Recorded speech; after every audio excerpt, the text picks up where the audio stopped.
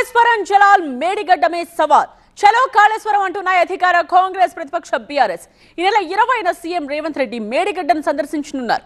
అయితే ముఖ్యమంత్రి కంటే ముందే మేడిగడ్డ బ్యారేజ్ పరిశీలించారు బీఆర్ఎస్ నేతలు. తెలంగాణకు కాళేశ్వరం తప్ప వేరే ప్రత్యామ్నాయం లేదని గ్రహించే మేడిగడ్డను రిపేర్ చేయిస్తున్నారని అంటున్నారు బీఆర్ఎస్ నేతలు. సో 2 ఏళ్ల పాటు మేడిగడ్డను నిర్లక్ష్యం చేసిన రేవంత్ రెడ్డి క్షమాపణ చెప్పాకే మేడిగడ్డలో అడుగు పెట్టాలని డిమాండ్ చేస్తున్నారు. మరోవైపు బీఆర్ఎస్ ధనదాహం వల్లే మేడిగడ్డకు ఈ పరిస్థితి వచ్చిందని కౌంటర్ ఇస్తున్నారు కాంగ్రెస్ నేతలు.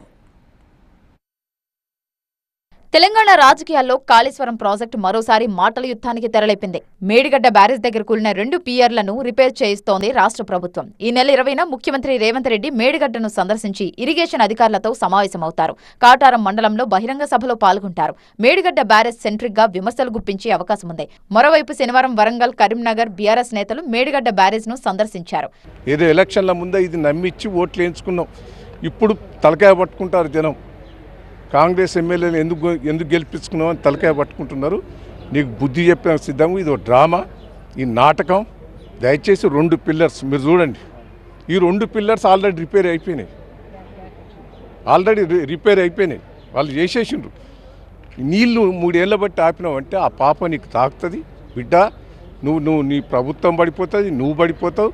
ఇదో డ్రామా చేసేందుకు వస్తున్నావు, మళ్ళీ ఏదో ముందట డ్రామా చేసేందుకు ప్రజలు నీ గుణపాఠం చెప్పేందుకు సిద్ధంగా ఉన్నారు.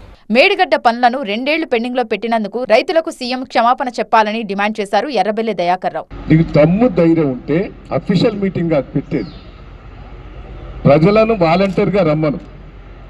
ఇప్పుడు కేసీఆర్ గారు జగిత్యాల మీటింగ్ పెడతాడు, ప్రజలు వాలంటీర్గా వస్తారు.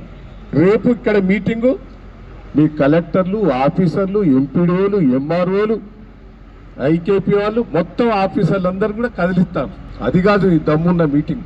ప్రజలే వాలంటీర్గా వచ్చినట్టు మీటింగ్ పెట్టు. అప్పుడు నీ జనాభా ఎంతో తెలుస్తుంది, నీకు తెలుస్తుంది, శ్రీధరబాబు గారికి తెలుస్తుంది. ప్రభుత్వం కాళేశ్వరం ప్రాజెక్టును నిర్లక్ష్యం చేసినందుకు రైతులు పంటలు వేయలేకపోయారన్నారు గండ్ర వెంకటరమణారెడ్డి. ఒకవేళ డ్యామేజ్ జరిగితే వాళ్ళు రిపేర్ చేయడానికి సిద్ధంగా ఉన్నారు. మేము చేయాలి. వాళ్ళు కాంట్రాక్ట్ పీరియడ్లో వాళ్ళు ఉంది. ఏమైనా డ్యామేజెస్ అయితే వాళ్ళ మెయింటెనెన్స్ పీరియడ్లో చేయాలి. కానీ అది చేయకుండా ఇన్ని రోజులు కాలయాపన చేసి 3 సంవత్సరాల కాలం పాటు అనేక పంట పొలాలు ఎండగొట్టి ఈరోజు మళ్ళీ ఇదే ప్రత్యామ్నాయం కాబట్టి దీనికి ఆల్టర్నేట్ లేదు కాబట్టి ఈరోజు రిపేర్ చేయడానికి వస్తున్నావు.